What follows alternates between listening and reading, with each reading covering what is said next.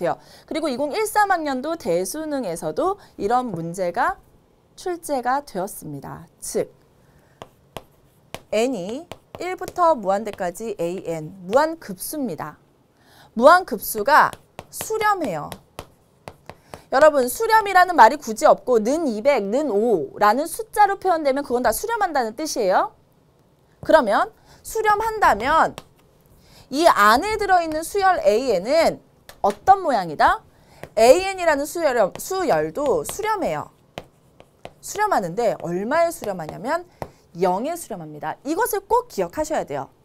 무한급수가 수렴하면 그 안에 있는 수열은 수렴을 하는데 게다가 그 극한값이 0이 된다라는 사실입니다. 그러면 여러분 이런 의문이 있을 수가 있죠. 자, an이 0입니다. 극한값이 0이에요. 무한대까지 an은 수렴하냐? 이것은 거짓입니다. 가장 많이 나오는 예가요. an이 바로 n분의 1일 때인데요. 그냥 여러분이 거짓이다라는 정도만 알고 넘어가시면 돼요. 그러니까 시험에는 사실은 더 많이 나오는 내용은 어디일까요? 이 위에 있는 내용이죠.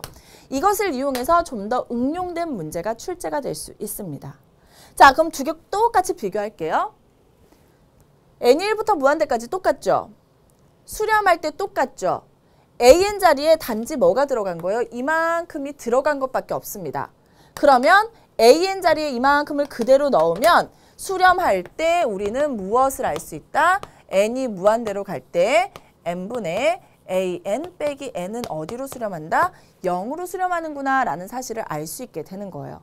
수렴할 때라는 말을 갖고 우리는 여기까지 만들어내고 다음으로 넘어갔어야 된다라는 겁니다. 여기까지는 이해되시죠? 자, 그랬을 때 여러분 보세요.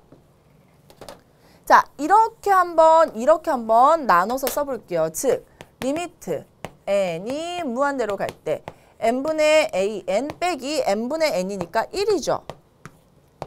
0이래요.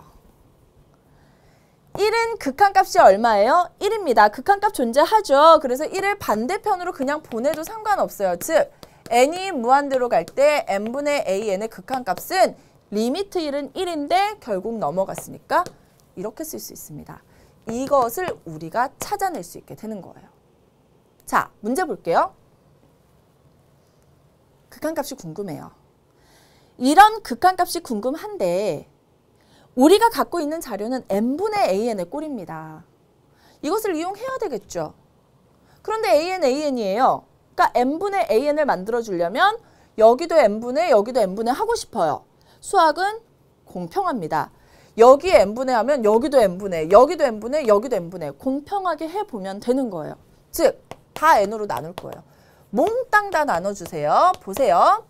5n을 n으로 나누면 5죠. an은 n분의 an. 우리 이거 쓰려고 이렇게 한 거니까 5n을 n으로 나누면 5예요. 그리고 빼기네요. 빼기 n분의 an의 꼴로 바뀌게 되는 겁니다. 그러면 n분의 an의 극한값이 얼마? 1이죠. 5의 극한값 5죠. 5의 극한값 5죠. n분의 an 극한값 1이 되어서 우리는 그냥 계산만 하면 돼요. 5 마이너스 1, 5 플러스 1이 되어서 4분의 6입니다. 정답은 2분의 3이 나오게 되는 거죠. 그래서 정답 몇 번에 있습니까? 5번에 있다라는 사실을 알 수 있게 되는 겁니다. 자, 이 문제는요. 이 문제는 굉장히 자주 나오고 좋은 문제입니다. 우선 극한값을 이용해서 새로운 극한값을 구하는 이 부분에 대해서도 문제가 자주 출제되고 있고요. 두 번째, 무한급수가 수렴할 때 그 안에 있는 수열이 어떤 식으로 변하는지, 무한급수가 수렴하면 그 안에 있는 수열은 무조건 0으로 수렴한다라는 사실, 이것을 꼭 알고 넘어가셔야 돼요. 그래서 13번 문제는 굉장히 좋은 문제입니다. 만약에 틀린 학생이 있다면 아직 수열의 극한에 대한 개념이 정확하게 정립되지 않은 상황입니다. 그래서 꼭 정리 한번 하고 갔으면 좋겠고요. 선생님이 그래서 한 번 더 써드릴게요. n이 1부터 무한대까지 an이 수렴한다면 무조건 리미트 n이 무한대로 갈 때 an은 얼마가 된다? 0으로 수렴한다. 반대로 가는 역은 성립하지 않는다.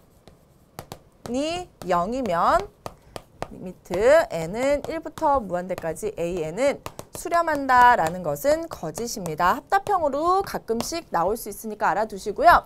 자, 시간이 조금 있으니까 선생님이 예를 들어드릴게요. 자, an을 n분의 1이라고 해보겠습니다. 그러면 리미트 n이 무한대로 갈 때 an은요. 리미트 n이 무한대로 갈 때 n분의 1이죠.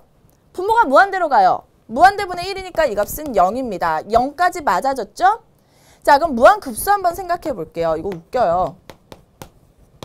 n분의 1이잖아요. 1 대입할까요? 1입니다. 2 대입하면 2분의 1이죠. 3 대입하면 3분의 1, 4 대입하면 4분의 1, 5 대입하면 5분의 1, 6 대입하면 6분의 1, 7 대입하면 7분의 1, 8 대입하면 8분의 1, 그 다음에 쭉 가는 모양이에요. 그런데 여러분 잘 보세요. 자, 3분의 1 한번 볼게요. 3분의 1이 커요? 4분의 1이 커요? 3분의 1이 크죠? 자, 이렇게 된 거예요. 1 플러스 2분의 1까지는 다 같은데 3분의 1 대신에 그것보다 작은 4분의 1을 갖고 오면 등호가 아니라 부등호가 성립되겠죠. 여기 이해되시죠? 그리고 그대로 4분의 1 한 번 더 써줬어요. 5분의 1이 큽니까? 8분의 1이 큽니까? 5분의 1이 크죠? 그래서 5분의 1 대신에 8분의 1을 썼어요. 더 커졌죠? 6분의 1 대신에 8분의 1을 쓰고 7분의 1 대신에 8분의 1, 8분의 1 이런 식으로 한번 써볼게요. 그런데 여러분 보세요. 4분의 1 더하기 4분의 1, 4분의 2죠. 그래서 2분의 1입니다. 8분의 1이 모두 몇 개 있어요? 4개 있어요. 그럼 8분의 4죠. 그래서 2분의 1이에요. 결국 2분의 1 플러스 2분의 1로 바뀌었어요. 이 값은 얼마입니까? 1이 되겠죠. 같은 방법으로 2분의 1 뒤에 또 2분의 1이 하나 더 생기면 또 1이 돼요. 그러면 결국 1 플러스 1 플러스 1 플러스 1 플러스에서 1을 무 한 번 더한 것과 같습니다. 1을 무 한 번 더하면 사실 등호라고 하면 안 되는데 발산하죠. 이 값보다 이 값이 더 커요. 발산하는 것보다 이 값이 더 크니까 이 값도 발산하겠죠. 자, 아까 수렴한다 그랬는데 발산하는 경우가 생기는 거예요. 그것의 가장 좋은 예가 바로 n분의 1이라는 예거든요. 그래서 여러분이 이런 경우도 있다라는 것 알아두시면 좋고요. 수렴할 때 성질 이용해서 수열의 극한값 계산하는 것 꼭 기억하고 넘어가셨으면 좋겠습니다. 자, 이렇게 13번 문제까지 풀어봤고요. 우리 14번 문항으로 넘어가 볼 텐데요. 그래프 문제입니다. 그리고 이런 지수 로그의 그래프 문제들은 가끔씩 한 문제씩 두 문제씩 출제될 수 있으니까 지수 로그 함수 그래프 보는 방법 정확하게 여러분 알고 넘어가 주셔야 돼요. 자, 이 문제